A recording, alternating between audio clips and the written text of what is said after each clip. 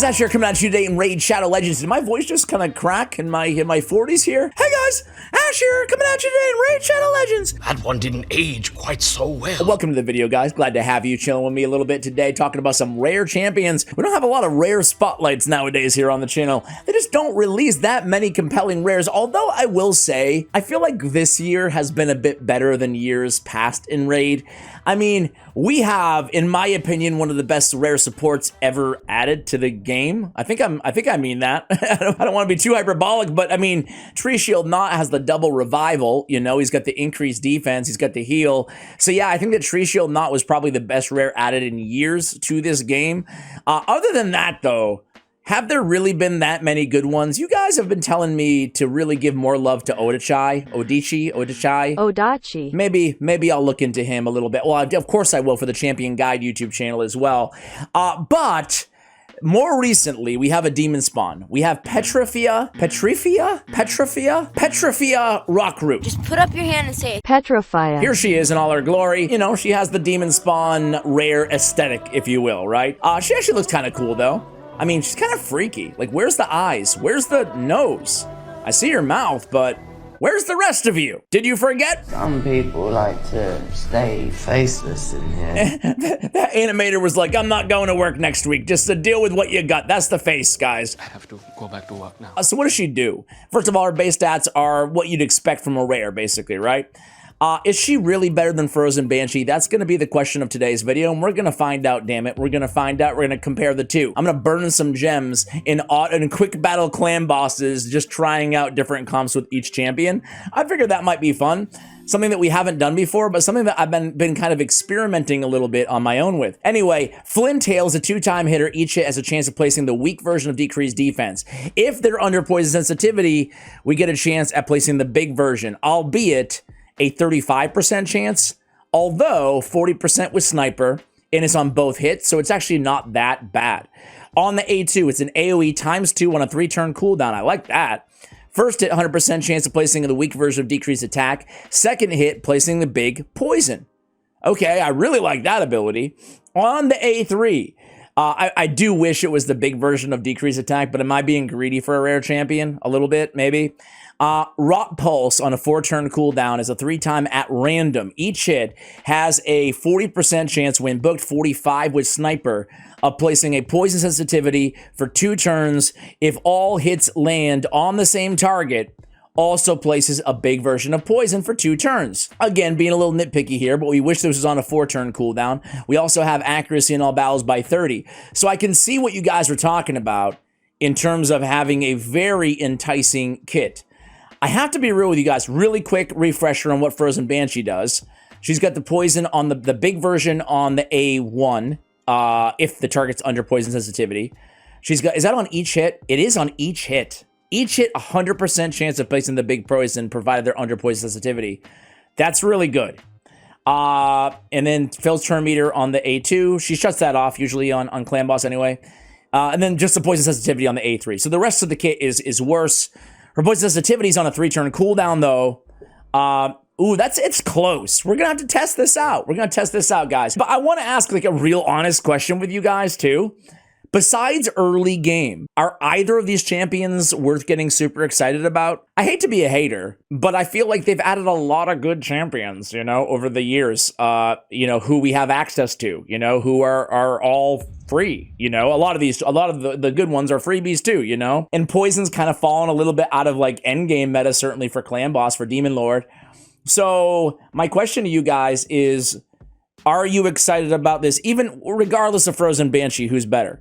Are you excited about this rare? You know, if they had released her 3 years ago, 4 years ago, I think I'd be pretty excited about her. I really would. I recommend a lot of people invest in her.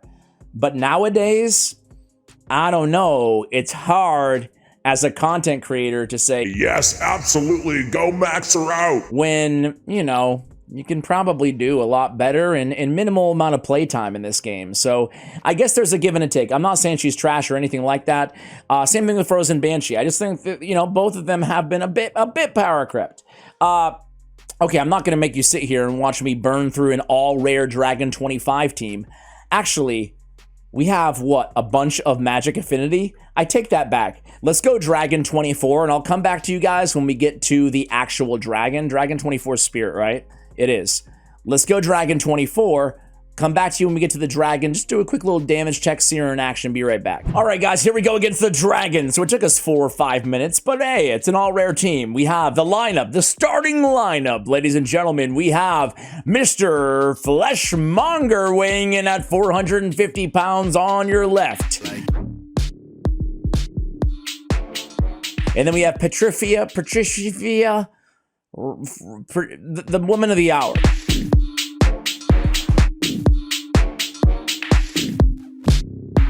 And then we have Greybeard in the middle, weighing in at what? Maybe 360 pounds. And then we have Kale weighing in at 170 pounds. And then we have Reliquary Tender, which, you know, we don't say the women's weight here on the channel, guys. Who do we think I am? Huh? Even though we did we give weight? No, we didn't give weight for her. Okay, anyway, we're at the dragon. I digress. I'll show you the build in just a moment here as well, in case you have this champion. In the meantime, I'm going to pull up on good old hellhades.com. I'm going to see how they rank this champion who I can't pronounce her name, which is pretty embarrassing. It's nothing new, actually. We've come across this situation before. But that's status quo here on this mediocre YouTube channel. Petrifya. I search it in Google and it comes up petrification rate.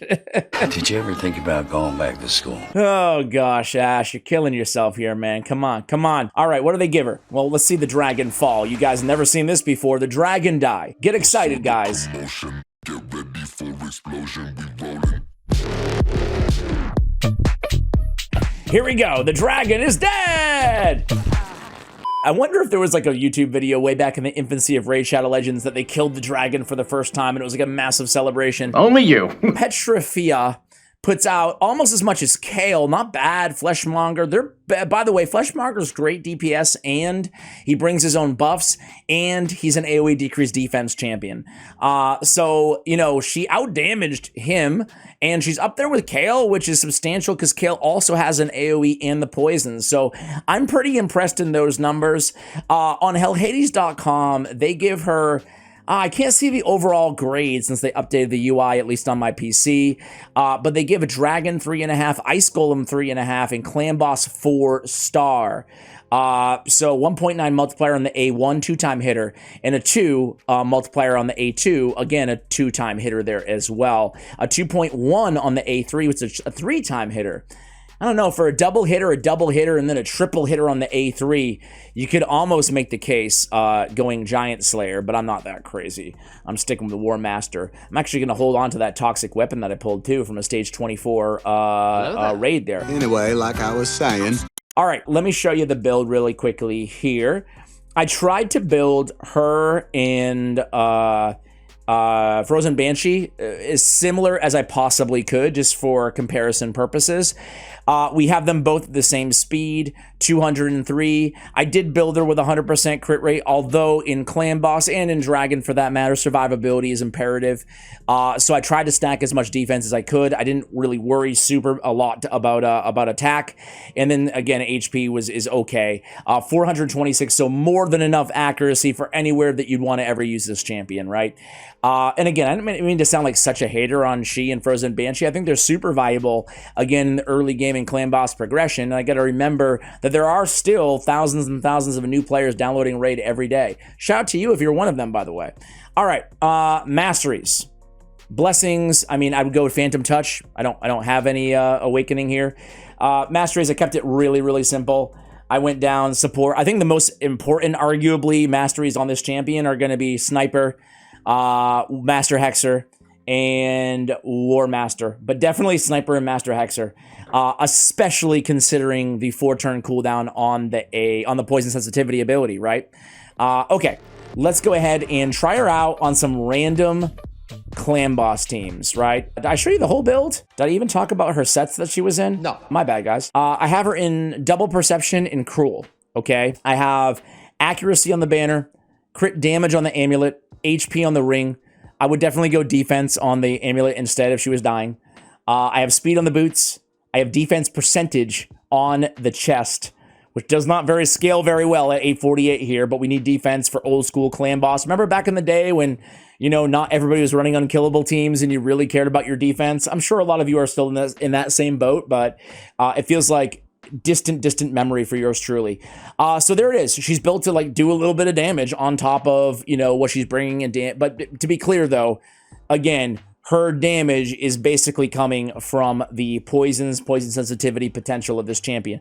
Okay, Demon Lord, old school, guys. Let's do a quick comp here. Let's just go. Should I go Nightmare? I mean, they're all spirit. It's all a good affinity. Let's go Nightmare. I don't know. Let's start with Brutal. No, let's start with Hard. I haven't attacked Hard. Taco, what are you doing, Taco? Why are you messing around over here in Hard, bro? All right, we'll go Hard with Taco. Now that we made fun of him, we're going to do the same thing. I'm just going to throw him in a random team. I threw another Poisoner on there. You know what? I have 2 poison sensitivity champions. That's not really fair, is it? Let's put, I don't know, let's put Iron Brago on there, right? If we're going to go all defense, let's go, or if we're going to kick it old school, let's kick it old school. What do you say? Need this team to survive a little bit. Hey guys, am I the only one? I was gonna cut this. Damn. But then I'm like, am I the only one who I wish there was a filter that it didn't, I wish there was a way to turn off filtering based on the stars, the ascensions and the awakenings and the empowerments, excuse me. It's just like, it's too hard to find champions nowadays, I feel like, you know? And I feel the same way on my mini account before. You're like, yeah, when you have 1 million champions, Ash, when you're so dirty, pay to win. But no, it's not that. I mean, come on, man. Obviously I could sort by faction. I'm gonna keep you guys here painfully to help with my viewer retention. I mean, so you guys can see how awful this is, right? So let's go with Iron Brago. Dude, okay, I can't do this to you anymore. I'll be right back. Thank you, God. For a second there, I thought he was a thought he was a barbarian and not an orc. My bad. It's been a while since I've visited my man. Is he built? Yeah, sure. We'll take it. All right, his passive is actually going to be great because it's going to help out. And what is his hair? I'm so sorry, guys. I haven't shaved. I haven't combed my hair in forever. I like your hair. This is actually fun. A fun element from a creator standpoint that I never even thought about quick battle. We can get instant gratification. So she scores 13 million damage. The team put out 66 million. Now let's throw in Frozen Banshee. 1366. What she puts out is really not that important. It's what, let me find Frozen Banshee. Be right back. All right, here's Frozen Banshee. There's obviously, it's a bit anecdotal. There's a little RNG involved with any clan boss battle. These are not speed tuned or anything like that. A lot less damage overall and less damage from Frozen Banshee. Interesting, guys. Let's run it one more time.